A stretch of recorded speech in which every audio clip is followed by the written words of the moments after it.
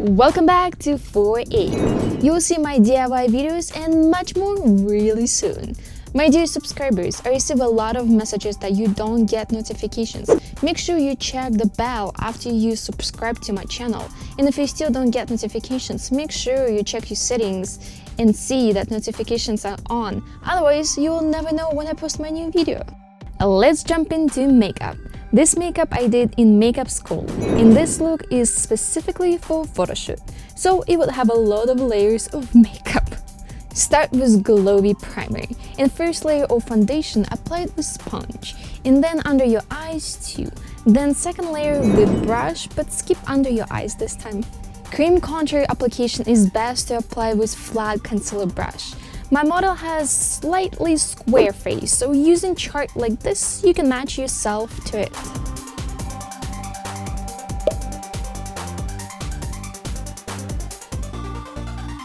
When you highlight under your eyes, don't highlight right under it.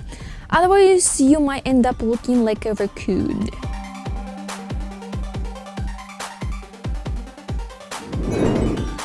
When you blend, you can decide what brush you want to use to blend. To be honest, using flat one like on the left picture is much easier based on my experience.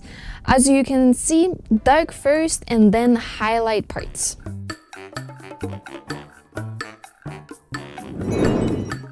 Highlighted parts blend with slightly wet sponge, never with brush. Don't be afraid of this huge palette of concealers. Since this is a photoshoot or television look, I used creamy concealers. They're heavier than normal ones. Pick the shade that is matching your skin, not lighter. Otherwise, you will highlight dark circles, and that's what you don't want to do. Cover your face with transparent loose powder, so your face is not sticky at all. And then using powder, contour your face one more time. Ooh, this is a lot, but that's how it works for photoshoot and television.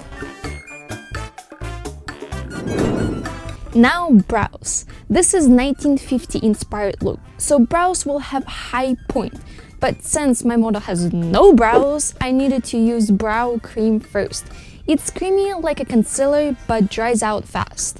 And above it, using similar shade brow powder, you can define brow, body and tail of your brows. Make sure body and tail is darker than head of your brow. It's almost transparent. That's a clue to a perfect natural brow. Little chart you saw shows that you should start from bottom, then draw tail, and then head of your brow. Under brows, you want to use cream pencil, or Kat Von D makes good cream as well.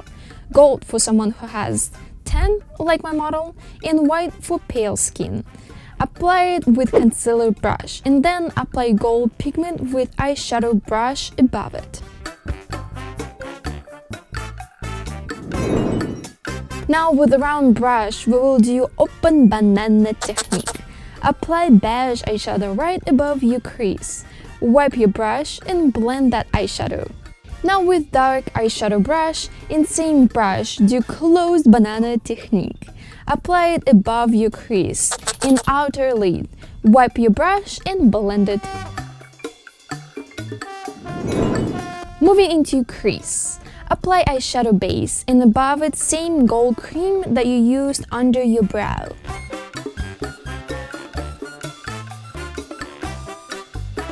Then, with flat brush, beige eyeshadow.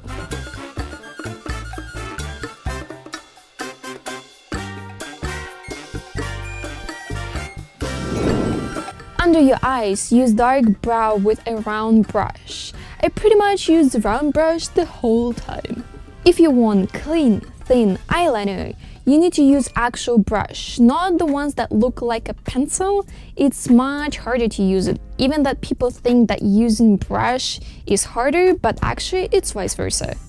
Again, this is from 1950, so I use mascara just on top lashes and extra single lashes in the corners.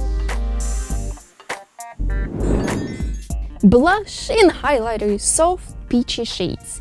Usually you don't use highlighter for television looks, but this is just such a pretty look that we needed to add some highlighter for photo shoot.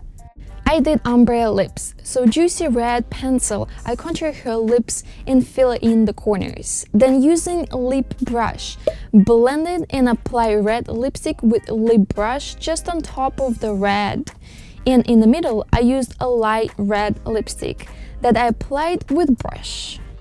Thank you very much for watching. Remember to click bell when you subscribe and then check your notifications to make sure you will know when I post my next fashion challenge number 1.